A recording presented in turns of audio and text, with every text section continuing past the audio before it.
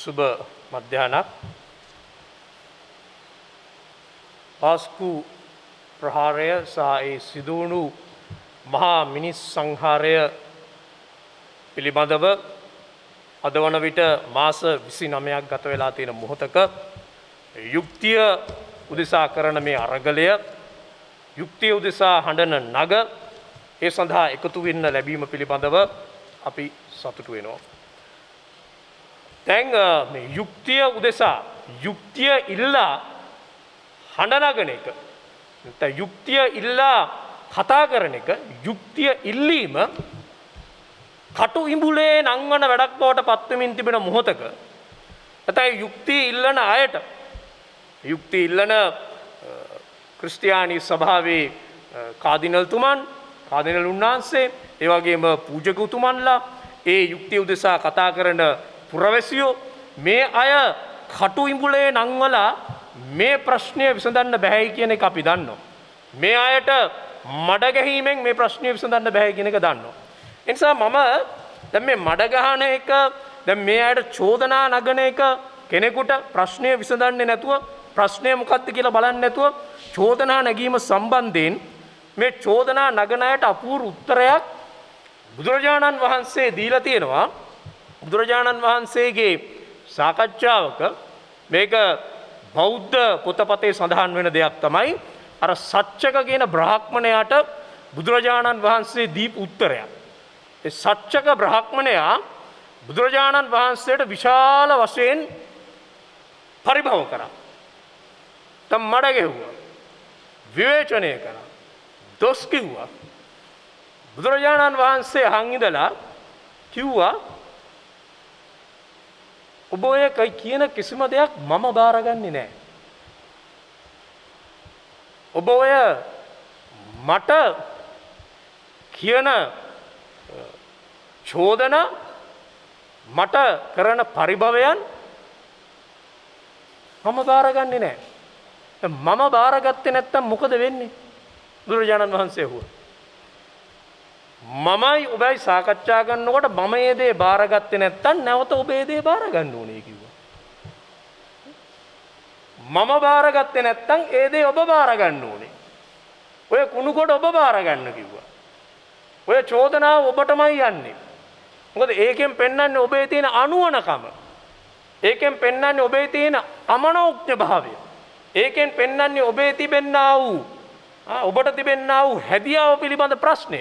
ඒ නිසා අපි කියන්නේ අර බුදුරජාණන් වහන්සේ කියනවා වගේම අනිත් අයට මඩ ගහලා අනිත් අයව පරිභවයට ලක් කළා අනිත් අයට නිඳා කරලා ලබා ගන්න පුළුවන් දෙයක් නැහැ.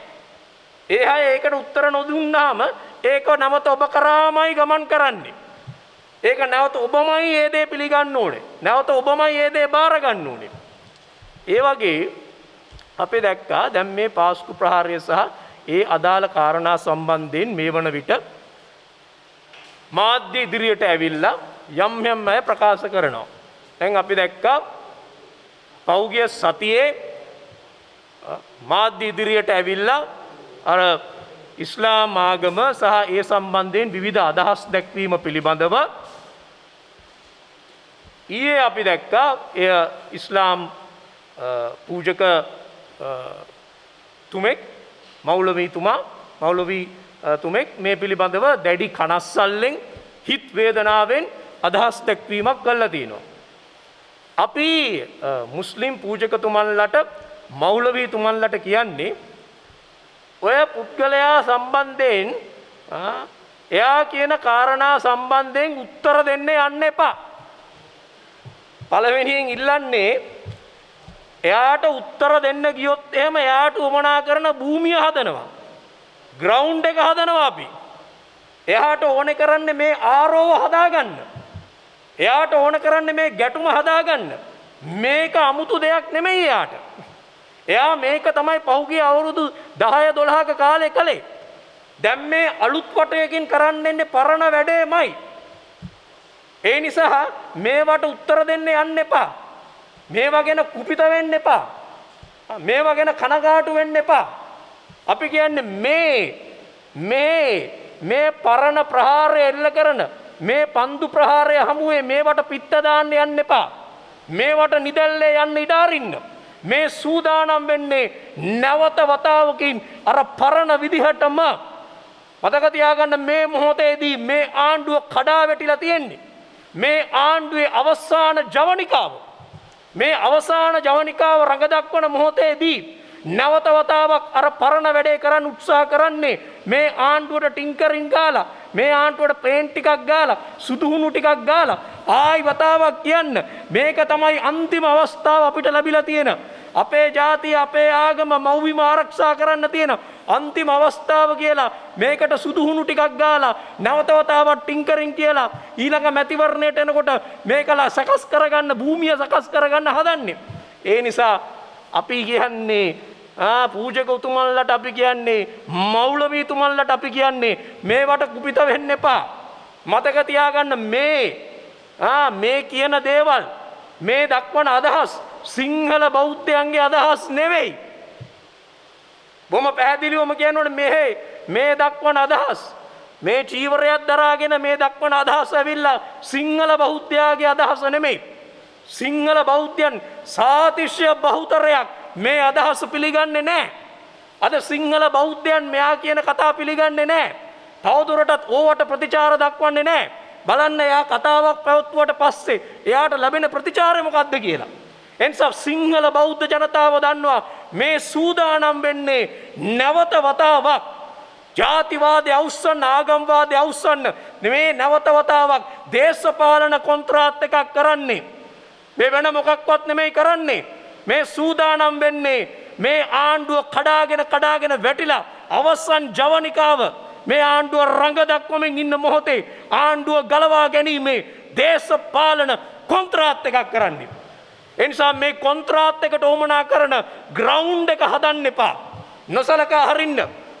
මතක තියාගන්න මෙයාගේ අදහස් මේ රටේ වියත් ධර්මදර විනයදර බුදුරජාණන් වහන්සේගේ දර්ශනය අවබෝධ කරගත්ත ඉගෙන ගත්ත ඒ යතිවරයන් භික්ෂූන් වහන්සේලා සාතිශය බහුතරයක් පිළිගන්නේ නැහැ. සාතිශය බහුතරයක් පිළිගන්නේ නැහැ.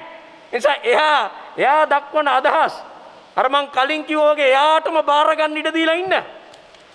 එයා දක්වන අදහස් වලට උත්තර දෙන්න යන්න එපා. අපි ආගමික විවිධ ආගමික ප්‍රජාවන්ගෙන් ඉල්ලන්නේ ආගමික නායකයන්ගෙන් ඉල්ලන්නේ මේ වගේ හිස් හුඹස් මේ හුඹස් වලට පණ දෙන්න යන්න එපා. මේ මැටි හුඹස් වලට පණ දෙන්න යන්න එපා. මොකද ඒක තමයි මෙයා බලාපොරොත්තු වෙන්නේ. බලාපොරොත්තු වෙන්නේ කවුද ප්‍රතිචාර දක්වන්නේ? අවශ්‍ය කරන්නේ ඒ ප්‍රතිචාර දැක්වීමත් එක්ක මේක අමුණගෙන මේක ගැටුමක් දක්වා වර්ධනය කරලා ආයි මතු කරන්න මෙන්න අනතුරක් තියෙනවා. මෙන්න එනවා. මෙන්න ඉන්නවා අභියෝගය. මෙයා තමයි ගහන්න යන්නේ. අපි මේකට නැවත වතාවක් ජාතිය ආරක්ෂා කරන්න තියෙන එකම අවස්ථාව මේ අසහාය නායකයා රැක ගැනීම කියන ඒ පරණ තැටිය වාදනය කරන්න යන්නේ. ඒ නිසා අපි කියන්නේ ඒකට ඉඩ තියන්න එපා. ඒකට ඉඩ තියන්න එපා මේ මොහොතේදී. මොකද අපි නෙමෙයි කියන්නේ මේ ආණ්ඩුව දැන් වැටිලා කියලා. අපි කියන දෙයක් නෙමෙයි. ආණ්ඩුවේම മന്ത്രിවරුන් කියනවා. දැන් අර ජගත් කුමාර කියන മന്ത്രിවරයා බලන්න. ඒ മന്ത്രിවරයා ඉස්සරහට ඇවිල්ලා කියනවා ආණ්ඩුව වැටිලා. ආණ්ඩුවට ජනතා අප්‍රසාදයක් තියෙන්නේ. ඔහු නිකන් ඉන්නේ නැහැ. ඔහු කියනවා තව පළාත් ඊළඟට පළාත් සභා මැතිවරණය තිබ්බොත් ආණ්ඩුව පරදිනවා. ආණ්ඩුව පරදිනවා. ඒ නිසා මේ අපි කියන දේ නෙමෙයි. ඒ නිසා තමයි අපි කියන්නේ මේ ආණ්ඩුව වැටිලා ඉන්නේ කියන එක. ඒ ආණ්ඩුවේම ඉන්න മന്ത്രിවරු ජනතා නියෝජිතයෝ දන්නවා. මොකද ඡන්දය ගත්ත මිනිහෙකුට අද ඡන්දදායකයෝ ළඟට යන්න බෑ. ආණ්ඩුවේ മന്ത്രിවරුන්ට ඒක තේරෙනවා. ඒ නිසා තමයි ජගත් කුමාර කියන්නේ. ඒ නිසා තමයි කියන්නේ මේ ආණ්ඩුව අප්‍රසාදයට ලක් වෙලා තියෙන්නේ. ඒ නිසා මේ ආණ්ඩුව ඉදිරි මැතිවරණ පරාජය වෙයි. ඒ නිසා ආණ්ඩුවට තියෙන එකම තුරුම්පුව තමයි මේ වෙලේ තමන්ගේ දේශපාලන ඉත්තෙක් දාලා කොන්ත්‍රාත්කාරයෙක් දාලා ඒ කොන්ත්‍රාත්කාරයන් ලවා නැවත වතාවක් අර පරණ වැඩේ කරන්න හදන එක. රට ගිනි තියන්න හදන එක. ගිනි තියලා ආගම්වාදයේ අවුස්සලා නැවත වතාවක් මේ ආණ්ඩුවට ටින්කරින් කරන එක. මේ ආණ්ඩුවට ප්‍රතිසංස්කරණයක් කරන එක. ආණ්ඩුවට අලුත් කඩමාල්ලක් අන්දන එක. ඒකට අපි කියන්නේ මෞලවීතුමන්ලා ඇතුළු ආගමික නායකයන්ගෙන් ජාතික නායකයන්ගෙන් කියන්නේ විවිධ ජාතීන්ගෙන් අපි ඉල්ලා හිටින්නේ ඒ උගුලට අහු වෙන්න එපා. ඒ උගුලට අහු වෙන්න එපා. ඒ වගේම දැන් අපිට පේන දෙයක් තමයි මේ පාස්කු ප්‍රහාරයට යුක්තිය ඉල්ලා සිටිනකොට අර කලින් කිව්වා වගේ ඒ යුක්තිය ඉල්ලන මිනිහා යුක්තිය ඉල්ලන මිනිස්සු යුක්තිය ඉල්ලන පැවිදි උතුමන්ලා කතෝලික සභාවේ නායකත්වයන් පූජක උතුමන්ලා ඒගොල්ලෝ ප්‍රශ්නේ මතු කරාම ප්‍රශ්නේ නෙමෙයි බලන්නේ. ප්‍රශ්නේ නෙමෙයි බලන්නේ. ප්‍රශ්නේ මතු කරන මිනිහා ඒ මතු කරන මිනිහාගේ ඇඟිල්ල කොහමද? ඇඟිල්ල ඇදද? ඇඟිල්ල මුදු දාලා ඉන්නවද? එයාගේ කණේ මයිල් තියනවද? එයාගේ දත් ගැලවිලාද? මූණ කැතද? නහය තියනවද? ඒවා තමයි බලන්නේ. කතෝලික සභාව යුද්ධ කාලේ කොහෙද හිටියේ? කතෝලික සභාව 71 කොහෙද හිටියේ? 89 කොහෙද හිටියේ? කාදිනල්තුමා පළවෙනි ලෝක සංග්‍රාමයේ කොහෙද හිටියේ? දෙවෙනි ලෝක සංග්‍රාමයේ කොහෙද හිටියේ? එහෙම නැත්නම් කුරුස යුද්ධයේදී කොහෙද හිටියේ? අහන්නේ ප්‍රශ්න අහන්නේ. දැන් ඔහොම ඔය ප්‍රශ්නේ ඇහුවොත් එහෙම දැන් ඔය විදියට අහන්න ගත්තොත් එහෙම පැටිකිරිය. දැන් බැරි වෙලාවකවත් මිනිස්සු අර මේ උන්වහන්සේලා මේ සේනා නායකයෝ මේ සේනා ප්‍රධානී නරසේනා මේ සේනා අපි දැක්කනේ පහුගිය කාලවල රට ගිනි තියාගෙන යනකොට අර මෙහිදී කිව්වා වගේ අලුත්ගම දර්ගා ටවුන් එකේ එතකොට දිගන මේ හතර වටේ රට ගිනි තියාගෙන යනකොට කවුරු හරි යහුවා නම් එහෙම තමුසලා දැන් ඔය යුක්තිය ගැන කතා කරන්නේ තමුසලා මේ ජාතිය ගැන කතා කරන්නේ මීට අවුරුදු 10කට විතර කලින් මීට අවුරුදු 10කට විතර කලින් බීමතින් රියපදවල බේබද්ද වගේ රියපදවල මිනිස්සුන්ව යට කරලා අන්තිමට දඩ කාලා උසාවියෙන් අච්චු ගහපු මිනිහෙක් නේද කියලා ඇහුවා නම් එහෙම ඕකේ ඔය නිකන් ඔය සේනා ප්‍රධානියෙක්ගෙන් ඇහුවා නම් එහෙම සේනාවේ නායකයාගෙන් ඇහුවා නම් එහෙම පදක නැද්ද? ඕන වාසුදේව නායකකාර මහත්තයාට කිව්වා නම් යා මේක තවත් පැහැදිලි කරයි උසාවි කටයුත්ත මොකද්ද කියලා. ඇහුවා නම් එහෙම. එහෙම නැත්නම් ඇහුවා නම් එහෙම ඔය එස්.අයි මහත්තයාගේ මොබයිල් එක හොරකම් කරලා පොලිසිය රස්තාව නැති වුණාට පස්සේ පොලිසියෙන් ඉවත් කරාට පස්සේ අන්තිමේදී ඇවිල්ලා තමන්ගේ අතේ ගහලා තියෙන පච්චේ පේන හින්දා ඒකත් වහගෙන කතා කරන්නේ. ඔයාට පුළුවන් ද යුක්තියටු කරන්න? ඔයාට පුළුවන් ද සාධාරණත්වය ගැන කතා කරන්න කියලා අහුවා නම් මොකද වෙන්නේ? වැඩක් තියනවද ඒව අහලා? ප්‍රශ්නයක් මතු කරනවා.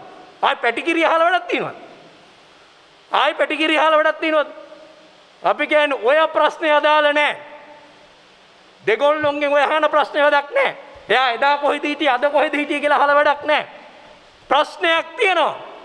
එතනයි වැදගත් මේ මොහොතේදී 300ක් අසරණයෝ තමන්ගේ ජීවිත නැති කරලා තියෙනවා. අසරණයන්ගේ ජීවිත නැති වෙලා තියෙනවා. නිකන් නෙමෙයි. ම්ලේච්ඡ ප්‍රහාරයකින් 300 දෙනෙකුගේ ජීවිත අහිමි වෙලා තියෙනවා.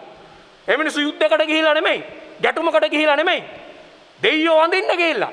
දෙවියන් ඉදිරියේ දන ගහගෙන ඉන්න මිනිස්සුන්ට තමන්ගේ ජීවිත අහිමි වෙලා තියෙනවා. ඒ නිසා ඒකට යුක්ති ඉල්ලීමේ බලවත් වුවමනාවක් මේ රටේ පුරවැසියෝ විදිහට හැම කෙනෙකුටම තියෙනවා. ඒක සිංහල බෞද්ධයන්ටත් තියෙනවා. මතක තියාගන්න. සිංහල බෞද්ධයන්ට ඒ පිළිබඳව කම්පනයක් තියෙනවා. ඒක ශිෂ්ටාචාරමය ගැටලුවක්. මනුෂ්‍යත්වය පිළිබඳ ගැටලුවක්. ඒක ක්‍රිස්තියානිද කතෝලිකද කියන ප්‍රශ්නේ නෙමෙයි තියෙන්නේ. මොන පල්ලියටද ගැහුවේ කියන ප්‍රශ්නේ නෙමෙයි තියෙන්නේ. ඒක තියෙන්නේ මේ රටේ මනුෂ්‍යත්වය පිළිබඳ ප්‍රශ්නයක්. ඒ නිසා මේ ප්‍රශ්නෙට උත්තරය ඕනේ. යුක්තිය ඉල්ලන්නේ ඒකට. ඒ යුක්තිය ඉල්ලන මිනිස්සුන්ගේ පැටිකිරි හොයන්න එපා. පැටිකිරි හොයන්න ගියොත් ඔය හැම කෙනාගේම අපි කියන්නේ හැම කෙනාගේම කිල්ලෝට වල කුණු තියෙනවා. හොයාගෙන ගියොත් එහෙම. ඒගොල්ලෝ කටයුතු කරපු විදිය ප්‍රශ්න කරන්නත් එහෙම. ඒගොල්ලන්ගේ චර්යාව ප්‍රශ්න කරා නම් එහෙම. දැන් මොකද්ද අපිට පේනවනේ? දැන් කාදිනල්තුමා ගැන කතා කරමු. ආදිනල්තුමා යුද්ධ කාලේ කොහෙද හිටියේ මේගොල්ලෝ? යුද්ධ කාලේ මේගොල්ලෝ මානව හිමිකම් ගැන කතා කර හිටියේ. යුද්ධ කාලේ මේගොල්ලෝ හිටියේ ඩයස්පෝරාවත් එක්ක කතා කර මේගොල්ලෝ මුකුත් කළේ නැහැ. පොඩ්ඩක් මතක් කරලා දෙන්නද මේක? දැන් මේක මේ අපි හොයාගත්තේ 2011යි. කොලම්බෝ ටෙලිග්‍රාෆ් කියන ප්‍රවෘත්ති අඩවියේ බොහොම පැහැදිලිවම සඳහන් වෙනවා.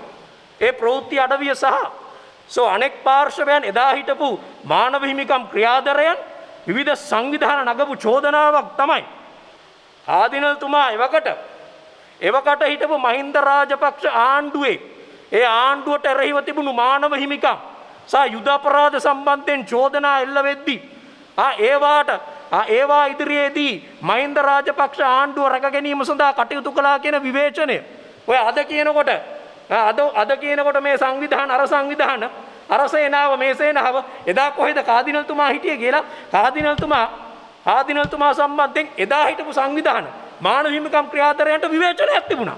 එයා බොහොම පැහැදිලිවම කියනවා. අර විකිලීක්ස් අඩවිවල ඒවයි ලීක් වෙනවා.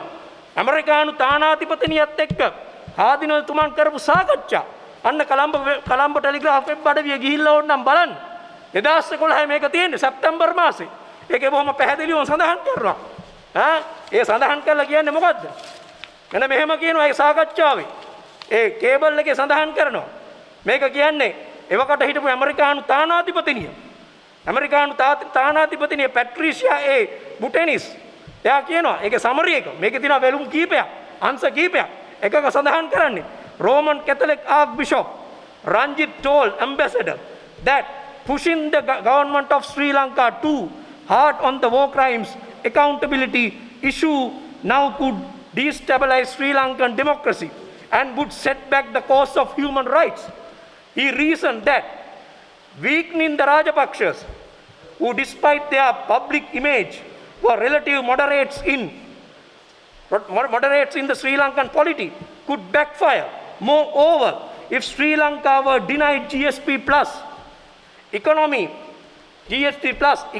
Sri Lanka could suffer revolution from the right or coup by the military, which now had a very strong position in society.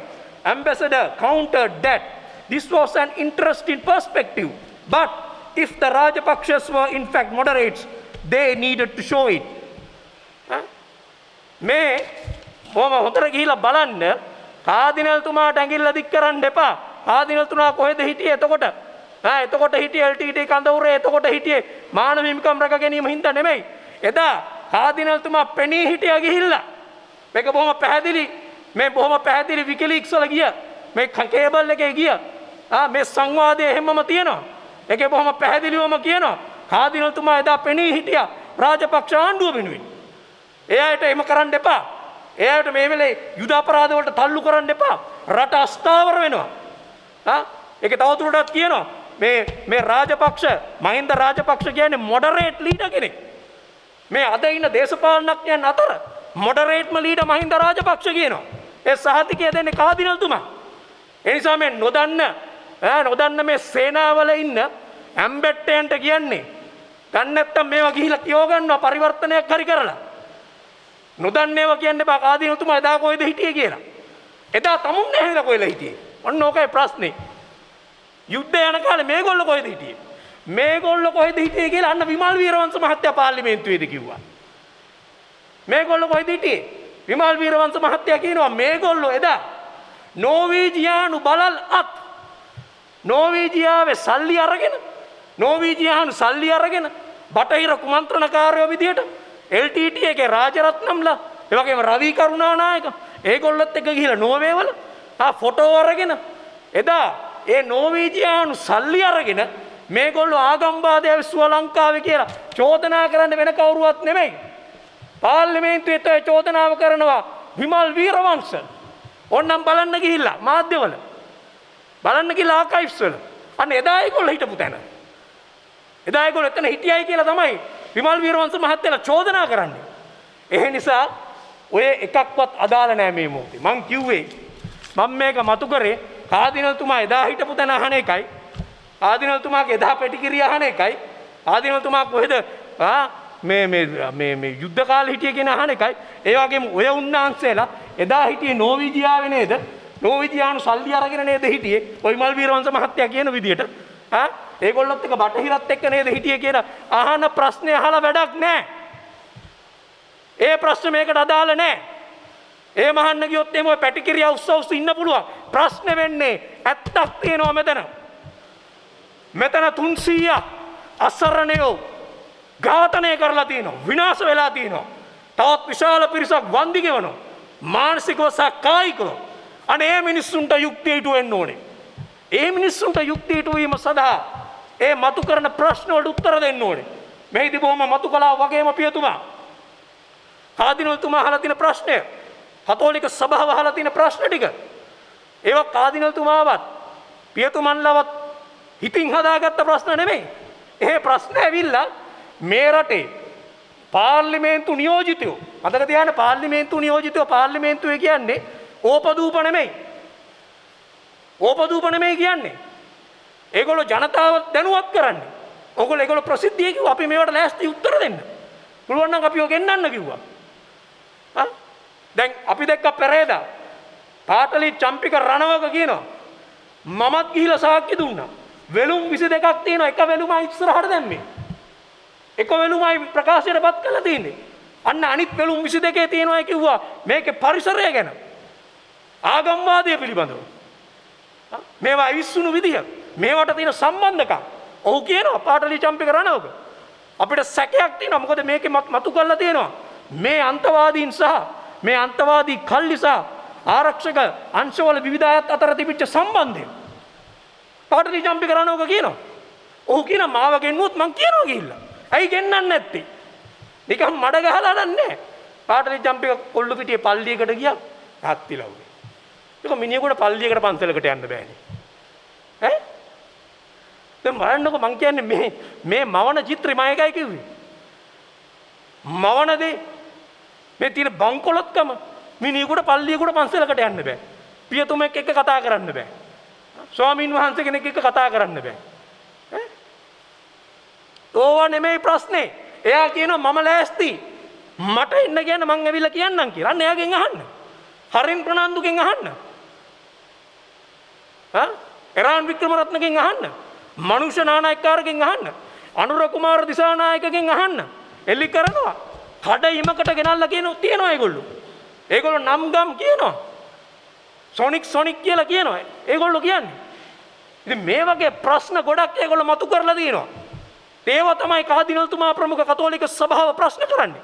ඒවා ප්‍රශ්න කරාම ආනා කාදිනල්තුමා කොහෙද හිටියේ කියනවා බලන්න. ඒ කාලේ කොහෙද? වාගේ ඇඟිල්ල ඇදයි. වා හිටියේ ආර් එල්.ටී.ටී. එකත් එක්ක. වා මානව හිමිකම් කතා කර හිටියේ. වා උදේ වෙලා හිටියේ. ඒක ප්‍රශ්නේ ඒක උත්තරයක්ද? ඒක උත්තරයක්ද? ඒගොල්ලන්ගෙනුත් ඒ ප්‍රශ්නේ අහන්න පුළුවන්. ඔයා කොහෙද හිටියේ? ඒ කාලේ. අන්න විමල් වීරවංශ මහත්තයා කියලා තියෙනවා. තමුන් කොහෙද හිටියේ කියලා. නොවිජියා සල්ලි අරන් හිටියයි කියන්නේ. ඔන්න කියන්නේ. ඔයගලන්ට පුළුවන් ද ඒ ප්‍රශ්නේ මතු කරන්න. දැන් කවුරු හරි ඇහුවොත් එම මේ ගිරිය පුප්පන් කතා කරනවා යුක්තිය මහමූලකාරය ඔක්කොම ගැන. අන්තිමේදී කවුරු හරි ඇහුවොත් හරි ඔක්කොම කියනවාක බලන්න. අන්තිමේදී බැරි වෙලාවක්වත් V8 එකක් හම්බ වෙච්ච හම්බුනේ නැත්නම් තමුසලෙන් කවුරු හරි එකෙක් මැරෙනවනේ කියලා. කවුරු හරි කිව්වොත් එහෙම අඩම තරමෙන් V8 එකක් හම්බ වෙච්ච හින්දා තමයි එකෙක් නොමැරි බේරුනේ. V8 එකක් හම්බ වෙච්ච හින්දා ඒක උනේ. දැන් කවුරු හරි ඇහුවොත් එහෙම V8 එකක් නහම්බුණා නම් ඔය කවුරු හරි කණ්ඩායමේ කෙනෙක් මැරිලානේ කියලා කිව්වොත් එහෙම මොකද කරන්නේ? කිව්වොත් ඕවා කතා කරන්න එන්න එපා අපිට. ඉස්සර තමුන් හරියට ඉඳගෙන ඉන්නවකො හිටගෙන ඉන්නවකො. තමුන්ට മന്ത്രിකම නැති වුණාම මරා ගන්න ගිය මිනිස්සු අන්තිමට යාන්තම් V8 එකක් ඉස්සරහට දාපු ඉඳ බේරුණා එකෙක් දෙන්නේ. ඕක කිව්වා නම් එහෙම කවුරු හරි. ඒ නිසා මේව අදාළ නෑ ඒකට. මේව අදාළ නෑ ඒකට. අවශ්‍ය වෙන්නේ මේක ක්‍රියාත්මක වීම සම්බන්ධයෙන් මේ ප්‍රහාරය පිටිපස්සේ ඉන්න මේක බොහොම පැහැදිලිවම මතු කළා වගේම හිටපු නීතිපතිවරයා දප්පුල දලිවේරා මහත්තයා කියනවා එයා තරම් කෙනෙක් නැහනේ. ඔය යාර අතේ තමයි සියලු දේවල් තොරතුරු තිබ්බේ. වාර්තාව තියෙන්නේ. එයා කිව්වනම් මේක මහා කුමන්ත්‍රණයක් කියලා. එයා කිව්වනම් මේකේ බරපතල ගැටලුවක් තියෙනවා කියලා. එහෙනම් තවදුරටත් තව කාටවත් කියන්න පුළුවන්ද? එහෙම එකක් නෑ ඒගොල්ලෝ කොහෙද කියලා. ඒ නිසායි මේක පිළිබඳ බරපතල ප්‍රශ්නයක් තියෙනවා කියලා මේ රටේ ජනතාව, කතෝලික සභාව පමණක් නෙමෙයි. මේ රටේ සාමාන්‍ය ජනතාව, සිංහල බෞද්ධ ජනතාව, ඉස්ලාම් ජනතාව ඇතුළු මේ රටේ පුරවැසියෝ, හෘද සාක්ෂියක් තියෙන මිනිස්සු, මනුස්සකමක් තියෙන මිනිස්සු, හුස්ම ගන්න මිනිස්සු, ඒ මිනිස්සුන්ට මේක තේරෙනවා මේක පිළිබඳව බරපතල ගැටලුවක් තියෙනවා කියලා. ඒ නිසායි අවශ්‍ය කරන්නේ. එහෙම නැතුව මේකට මේක වහන්න හදලා බෑ. මේක වහන්න හැදුවෙන් මුකුත් වෙන්නේ නැහැ. වහන්න හැදීමෙන් මේක වහන්න වෙන්නේ රට පිළිබඳ රටේ ආරක්ෂාව පිළිබඳ බරපතල ගැටලුවක් වෙනවා. බරපතල ගැටලුවක් වෙනවා. මොකද මේ අපි දැක්ක පාර්ලිමේන්තුවේ නියෝජිතයෝ කියනවා.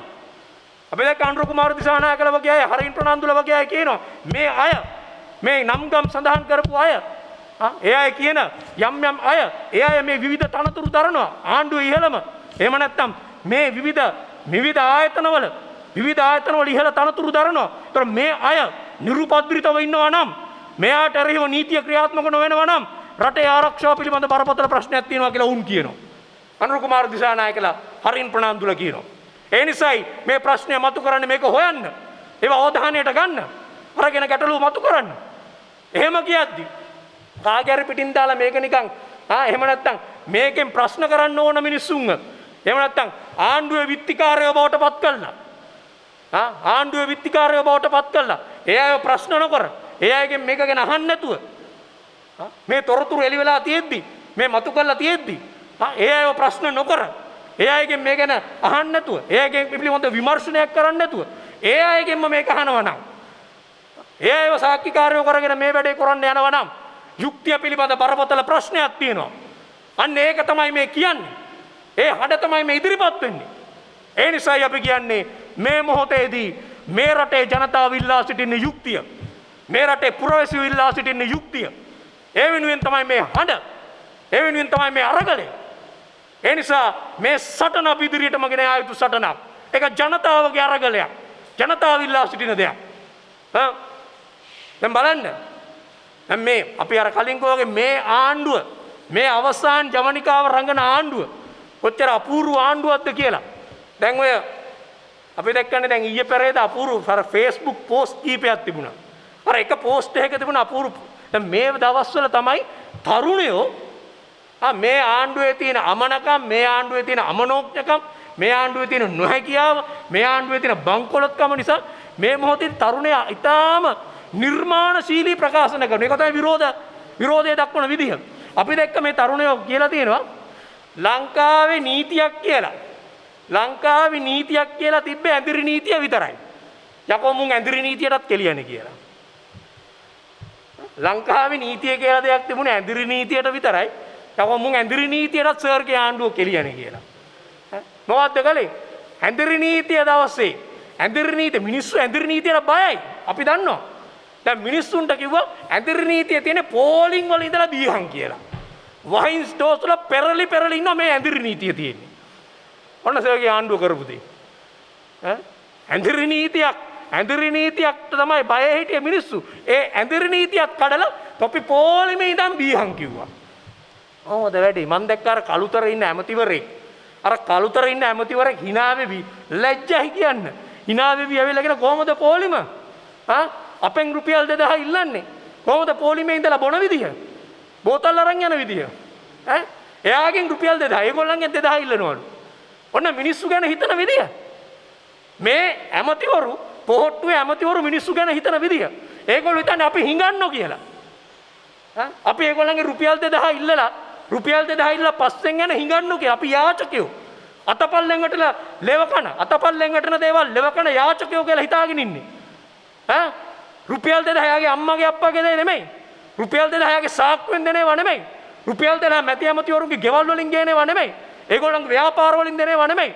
රුපියල් 2000 කියලා කියන්නේ මේ රටේ ජනතාවගේ බදු සල්ලි. ජනතාවගේ බදු මුදල්. ඒවා ලබා දෙන එක. මේ අමාරු මොහොතේ වසංගතයක් තත්ත්වේ මුළු ලෝකෙම සහන පැකේජ් ක්‍රියාත්මක වෙන වෙලාවක්. ඒ වෙලාවේ අපිට රුපියල් 2000 දී ගන්න බෑ. 5000 දුන්නේ තමන්ගේ හිතවතුන්ට. ඒක දේශපාලනීකරණය කළා. එහෙමයි කෙරුවේ. දැන් ඇවිල්ලා කියනවා hina වෙවි කොහොමද ඔයගොල්ලෝ මේ රුපියල් 2000 අපෙන් ඉල්ලනවා බලන්නකෝ පොලිමේ ඉඳලා බොන විදිහ කියන එක. මේගොල්ලන්ට ඕනේ ඒක තමයි. මේගොල්ලන්ට ඕනේ ප්‍රශ්න විසඳන්න බෑ. මිනිස්සුන්ගේ ප්‍රශ්න වලට උත්තර දෙන්න බෑ. ඒ නිසා උඹලා බීහන් ඇත්ති තරම්. පුළුවන් තරම් බීහන් බේබද්දවයන් සීකල්පනාව නැති කරගනින්. ඉතින් එක පැත්තකින් ඇත්තටම මේ අමන ආණ්ඩුව මේ කඩාගෙන වැටෙන මේ නිර්ලජ්ජිත ආණ්ඩුව මේ ආණ්ඩුව ගැන හිතද්දි සිහි කල්පනාවෙන් කාටවත් ඉන්න බෑ තමයි. මුන් ගැන හිතද්දි සීකල්පනාවෙන් ඉන්න බෑ. අනුතරෙන් බීලා හරි බනින්න තමයි හිතෙන්නේ. බීලා හරි බනින්න තමයි මිනිස්සුන්ට හිතෙන්නේ. ඒ නිසා බාර්ටි ගැරියා. බාර්ටි ගැරියට පස්සේ අරපු එකෙක් නෑ. හරියට නිකන් මේක ජනාධිපති අගමැති රටේ ගියා. ජනාධිපති අගමැති රට යනකොට කියලා ගියා වගේ ඔන්න අපි යනවා. දැන් තොපි බාර් අරගනි. බාර් අරලා කීයක් හරි හොයාගෙන කිව්වා වගේ. එහෙමනේ. කාටද බලය දුන්නේ කියලා දන්නෙත් නැහැ. බලය පැවරුවේ කාටද කියලා දන්නෙත් නැහැ. ජනාධිපති අගමැති ගිය ගමන් මෙන්න යකෝ බාර් ඇරෙනවා. පයින් ස්ටෝස් ඇරෙනවා. හරියට ජනාධිපති යනකොට කියලා ගියා වගේ. අපි යනවා දැන් තොපි ඕක අරගනින් කියලා. ඒ වගේ වැඩක් නේ. අර නාමල් පුතා ඇමතිතුමා ඇවිල්ලා කියනවා අහනවා කවුද මේ කැරියේ? කවුද මේ කැරියේ අපි දන්නේවත් නැහනේ. එයා අපෙන් අහනවා. ඇයි පුතේ අහන්නකො බාප්පිගෙන්. ලොකු බාප්පි ගියා. අප්පච්චිත් ගියා. එතකොට ඉන්නේ පොඩි බාප්පිනේ. ඒ පොඩි බාප්පිගෙන් අහන්නකො අපෙන් අහන්නේ කවුද ඇරියේ ඕක කියලා. මේගොල්ලන්ට හොඳට පුරුදුයි මිනිසුන්ට බොන්න දීලා සූර් කරලා මිනිසුන්ව කනබදයෝ කරලා මේගොල්ලන්ගේ දේශපාලන වැඩවලට ගේන එක. අපි අර පහුගිය කාලේ දැක්කනේ 2015 19 කාලේ අර මහින්ද සුලක තිබුණා. මහින්ද සමග නැගිටුමු එක ඒවා තිබුණානේ. මිනිස්සු කොළඹට ආවනේ. ආපුවාම කරපු විදිය අපි දැක්කනේ. මිනිස්සු හිටපු විදිය දැක්කනේ. අපි දැක්ක එක වෙලාවක මේ මහින්ද රාජපක්ෂ මහත්තයා කතා කරනවා ආණ්ඩුව පෙරලන්න. මෙන්න යකෝ බීලා අර මෙන්න මේ ටවුන් හෝල් එකේ අර කණුඩ ඉන්නේ. මහින්ද රාජපක්ෂ මහත්තයා කතා කරනවා ආණ්ඩුව පෙරලන්න. උන් කණු පෙරලනවා. අපි දැක්ක ඒකෙත් අර තරුණයෙක් පෝස්ට් එකක් දාලා තිබුණා. මහින්ද රාජපක්ෂ මහත්තයා කියන එකක් වගේ දාලා තිබුණේ. මහින්ද රාජපක්ෂ මහත්තයා කියනවා යකෝ ඕකෙන් බෑහන්. මං කිව්වේ තොපිට එන්න කියලා ආණ්ඩුව පෙරලන්න. තොපි ඇවිල්ලා කණු පෙරලනවනේ කියලා. ඒ වගේ වැඩ තමයි මේගොල්ලෝ දන්නේ. ඒ නිසා අපි කියන්නේ ඔය පොලිමේ ඉඳලා මේ ගත්තේ මේ රටේ ඉන්න මිනිස්සුන්ගෙන් 0.0.01 මිනිස්සු ආණ්ඩුවට තෙහි ඇඹුල් නැතුව කියන්නේ ඔය 0.0.01ක් විතර පොලිමේ ඉඳලා ගත්තේ. ඔය ගත්ත 0.0.01නුත් 95ක් විතර අරක්කු ටික බිබී බනින්නේම තමුන් නැහැලට. අතක තියාගන්න. ඕකෙනුත් 95ක් විතරම ඔය තමුන් නැහැලගේ අම්මා අප්පා කිරිකිත්ත පාන් කිරිත ඔක්කොගෙම 70 බුරුත්තගෙම නම් කීකේ බනිනවා. ඔය ටික අරගෙනත් කරන්නේ බනින එක. ඒ නිසා මේ රටේ මිනිස්සුන්ට එහෙම අගෞරව කරන්න එපා. ඔබ මැති ඇමතිවරුන්ට කියන්නේ අපි දන්නවා ඕගොල්ලන්ට තමයි ඔය බාර් තියෙන්නේ. ඕගොල්ලන්ට තමයි ඔය වයින් ස්ටෝස් තියෙන්නේ. ඔය ඉස්කාගාර මුදලාලිලා ඉන්නේ. මැති ඇමතිවරුන්ට ඉස්කාගාර කර්මාන්ත තියෙන්නේ. කුරුණෑගල පැත්තේ මිනිස්සු හොඳට දන්නවා. මේකනේ එයා ඇවිල්ලා දැන් පහුගිය දවසක කියන්නේ අපිට සල්ලි තියෙනවා අපිට සල්ලි තියෙනවලු. ඔය එයාට සල්ලි තියෙනවා. ඔව් මහත්තයෝ තමුන් නැහැට සල්ලි තියෙනවා. නැත්තේ මිනිස්සුන්ට. ඇයි? දැන් මේ හොඳට අම්බු කරගන්න නැතිනේ. දැන් අපි ආගෙන ඊයේ කියනවා ඔන්න අද ඉඳලා වහලලු. ඉතින් වහන්න නැති බඩු නෑනේ. වහන්න නැති බඩු නැති ඉඳා. ඇයි බඩු ටික උණු කැවුම් වගේ පහුගිය දවස් දෙකේම ඉවර කරගත්තා. දැන් ඒගොල්ලෝ ලෙඩාමලත් බඩ සුද්ධයි. වැඩේ කරගත්ත දැන් වැහුවලු. ඔන්න ආණ්ඩුවේ තරම. ඔන්න මිනිස්සු ගැන හිතන විදිහ. මේ ලොක්ඩවුන් එකක් කරලා තියෙනවා. මේ ලොක්ඩවුන් එක මොකටද කරේ? දැන් ලොක්ඩවුන් එකේ මොනවද කරලා තියෙන්නේ? ලොක්ඩවුන් එක ඔන්න දැන් බලන්නකො. දැන් මේ ජනාධිපතිවරයා යන්න පෑ දෙක තුනකට කලින් පාන්දර මේ මධ්‍යහනේ අර කෙරවල පිටියේ කොටසක් දීලා ගිහිල්ලා. කෙරවල පිටියේ කොටසක් දීලා ගිහිල්ලා 12යි 6ට. පාන්දර 12යි 6ට. යන්න පෑ දෙකකට කලින්. ඉතින් නිකන් හිස් අතින් යන්නත් බෑනේ ගෙදර යනකොට. එහෙමනේ. අර මිනිස්සු කොල්ලෝ කියන්නේ එහෙමනේ. ඉතින් ජොබ් එකක් කරලා අවුරුදු දෙකමාරක් විතර හිස් අතින් යන්න බෑනේ. ළමයි දුවා දරුවෝ බලන්න යනකොට ඉතින් මොනවා හරි ඒ තමන් ඉන්න රටට ගෙනියන්න ඕනේ. කෙරවල පිටියේ කොටසක් ලියලා. ඔන්න දැන් අමුඩේ තද වෙලා වගේ අර අමුඩේ තද වෙලා වගේ වාසුදේව නානායක්කාර විශ්වවිතාරණ ඒගොල්ලෝ කියනවා කොහොමද එහෙම කරන්නේ? අපි දෙන්නේ නැහැ. ඕකට ඔය මොන කොලේ අස්සම් කළා? hina යනවා දෙකොණින්ම. මේ කැබිනට් මණ්ඩලේ ඉන්නේ. කැබිනට් මණ්ඩලේ ඉන්න අය අපිට ඇවිල්ලා කියන බලන්නකෝ කරලා තියෙන වැඩේ. කොහෙද හිටියේ? සිහි කල්පනාවක් නැහැ මුන්දහට. ඇත්තනේ. දැන් මේ විශ්‍රාම යන්න ඕන වයසනේ ඉන්නේ. ඉතින් මොනවා කරනවද දන්නේ ඕන එකකට අස්සම් කරනවා. දැන් කියන අපි ආවම බලා ගන්නම්කෝ බලාගත්ත පෙවුනනේ පෝට් සිටි එක වෙලේ. 20 වෙනි සංශෝධනය වෙලේ. සින්නක්කරව අර ගෝල් ෆේස් එහා පැත්තේ තියෙන ඉඩම දීපු වෙලේ. පෝට් සිටි එක සින්නක් කරව දීපු වෙලේ ඕගොල්ලෝ එතකොටත් කැබිනට් එකේනේ බලාගත්තු විදිහ අපිට පේනවනේ. මේගොල්ලෝ කරේ ලොක්ඩවුන් එක දාන් අන්න ඒව හරියටම කළා. මේ ආණ්ඩුව ලොක්ඩවුන් එක දාන් හරියටම කරේ. ඔන්න කැරවල පිටිය දුන්නා. ඊට පස්සේ පෝට් සිටි එක දුන්නා. ඊට පස්සේ වටේම තේ ඉඩම් ටික දෙනවා. ඊට පස්සේ පෝර ටික දුදී හිටියා මිනිස්සුන්ට. ඔන්න ඔය ටික නම් හරියටම කෙරුවා. මිනිස්සුන්ට බෙහෙත් ටික දෙන්න නැහැ. PCR එකනුත් හම්බු කරනවා, ඇන්ටිජන් එකනුත් හම්බු කරනවා. තමන් වටේ ඉන්න වසල ව්‍යාපාරික පන්තියට ඕන විදියට තීන්දුව తీරන ගන්න ඉඩ දෙනවා. හැබැයි මිනිස්සුන්ට PCR ටික කරන්නේ නැහැ. මිනිස්සුන්ගේ ඇන්ටිජන් ටික කරන්නේ නැහැ. අන්න අපි දැක්ක ඊයේත් අර PHI මහත්වරුන්ගේ සභාපතිවරයා කියනවා මේ කියන තොරතුරු මේ කියන සංඛ්‍යා ලේඛන පිළිගන්න එපා. මේ කියන සංඛ්‍යා ලේඛන වලින් සත්‍ය හෙළි වෙන්නේ නැහැ. මේවා කෘත්‍රිමව අඩු කරපු සංඛ්‍යා ලේඛන. ඒ නිසා වුන් කියන තමුන්ගේ ආරක්ෂාව තමුන් බලා ගන්න. මොකද මේ PCR ප්‍රමාණය අඩු කරයි කියලා ලෙඩ්ඩු අඩු වෙන්නේ නැහැ. මේ සංඛ්‍යා ලේඛන අඩු කළා තමයි ලෙඩ්ඩු අඩුයි කියලා පෙන්වන්නේ. රෝගය අඩු වෙලායි කියලා පෙන්වන්නේ. එහෙම නැතුව මේක සත්‍ය තොරතුරු නෙමෙයි කියලා. ඒ වෘත්තීය සමිතිය බොහොම පැහැදිලිවම කියනවා. අනේ ඒ වගේ තමයි මේ ආණ්ඩුව වැඩ කරන්නේ. ලොක්ඩවුන් එක කරේ කොහොමද? හරියට නිකන් අර සත්තු ගැන කියන්නත් නරකයි මුන්ට. අර නිකන් බල්ලෝ නාවන්න දැයනවා වගේ. බල්ලෝ නාවන්න දැන් යනවා වගේ තමයි ලොක්ඩවුන් එකට දැන් ගියේ. මාස ගාණක් කියෙව්වා. ලොක්ඩවුන් කරන්න කියලා වෘත්තීය සමිති, සෞඛ්‍ය වෘත්තීය සමිති, සෞඛ්‍ය විශේෂඥයෝ කනකට ගත්තේ නැහැ. මගහැර හිටියේ. ආර්ථිකය කියලා මංකොල්ල කන එකයි හොරකම් කරන එකයි ගැන කතා කළේ. දැන් මොකද කියන්නේ? දැන් කියනවා දැන් ගාන අඩු වෙලා ඔන්න අපි ගත්ත ක්‍රියාමාර්ගින්ද ඒගොල්ලෝ ගත්ත ක්‍රියාමාර්ගින්ද නෙමෙයි. මේ රටේ ජනතාව බලහත්කාරයෙන් ලොක්ඩවුන් එකට ගියේ. ජනතාව ආණ්ඩුවට තර්ජනය කළ ලොක්ඩවුන් එකට ගියේ. ලෝකෙ එහෙම කරපු එකම රට මේක. අනෙක් රටවල් ලෙඩෙක් හම් වෙනකොටම ලොක්ඩවුන් කරා. අපි ආණ්ඩුවට බලපෑම් කළා ආණ්ඩුවට බිත්තියට හේතු කළා කෑ ගහලා බැනලා පාරට බැහැලා එහෙමයි ලොක්ඩවුන් එක ගත්තේ. මේ ආණ්ඩුවට කියන්න බෑ ආණ්ඩුව කරපු දේ නිසා තමයි මේ අඩු වෙලා තියෙන්නේ. මේ අඩුවීමක් වැරදි. වෘත්තීය සමිති කියන විදිහට. හැබැයි යමක් සාධනීය වුණා නම් උනේ ජනතාව කරපු අරගලේ නිසා. ජනතාව මැදිහත් වෙලා අපි ලොක්ඩවුන් වෙනවා තමුසල කරන්නේ නැත්තම් කියලා කියපු හින්දා තමයි මේ තත්ත්වයක් අපිට හම්බුනේ. මේ ටිකවත් කරගත්තේ. ඒ නිසා මේ වෙලේ අපිට තියෙන ලොකුම ප්‍රශ්නේ තමයි මේ ආණ්ඩුව කඩන් වැටෙන ආණ්ඩුවක්. මේ කඩන් වැටෙන ආණ්ඩුව අන්තිම තුරුම්පුව තමයි මේ තමන්ගේ දේශපාලන ඉත්තෝ දාලා තමන්ගේ දේශපාලන ඇම්බැට්ටයෝ දාලා ඒජන්ට්ලව දාලා මේ වෙලේ රට තුල අස්ථාවරභාවයන් හදන එක ජාතිවාදය අවුස්සන එක ඒකෙන් තමයි මේ ආණ්ඩුවට එල්ලෙන්න තියෙන එකම වැල. ආණ්ඩුවට තියෙන වැල ඕක. එල්ලෙන්න තියෙන එකම වැල. ඒ වගේම අපි දැක්ක අර ජගත් කුමාර മന്ത്രിවරයා කියනවා දැන් බලන්නකො වැඩේ අපි හිතුවේ මේ රටේ මිනිස්සුන්ටයි විවිධාකාරයේ අභියෝග අනතුරු තියෙන්නේ කියලා. දැන් ආණ්ඩුවේම മന്ത്രിවරු කියනවා අපිව බේරලා දෙන්න කියලා. ආණ්ඩුවේම മന്ത്രിවරයෝ කියනවා අපිව ආණ්ඩුවෙන් බේරලා දෙන්නලු. ජගත් කුමාර කියන්නේ ඒකයි. එයා පොලිසිය බාර ඇමති අර කැස්බෑවේ මහදැන මුත්තා මේගොල්ලන්ගෙන් මාව බේරලා දෙන්න මට දුක තර්ජනයක් තියෙනවා කියලා එයාම කියනවා. එයාම ඇවිල්ලා කියනවා ඊට පස්සේ අර පොලිසිය බාර ඇමති කියන්නේ පොලිසිය බාර ඇමති කියන්නේ හිට්ලර් වගේ මිනිස්සෙක්. හැබැයි ජගත් කුමාරට එකක් කියන්න ඕනේ.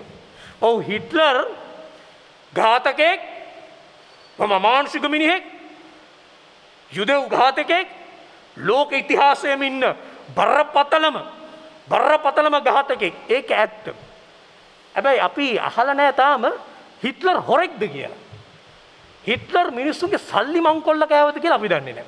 ඒ නිසා ජගත් කුමාර മന്ത്രിවරයාට කියන්නේ කතා කරනකොට ඒක ටිකක් හොයලා බලන්න මොනවා වුණත් හිට්ලර්ගේ මීට වඩා චුට්ටක් හරි හොඳ දේවල් තියෙන්න පුළුවන්. ඒක හොරගම් කළාද කියලා බලන්නකො හිට්ලර්. කම්බ හොරෙක්ද කියලා බලන්නකො. ඔය කියන කෙනාත් එක්ක සංසන්දනය කරද්දි. ඒ නිසා හිට්ලර්ට තිබුණා මොකක් හරි දෙයක්.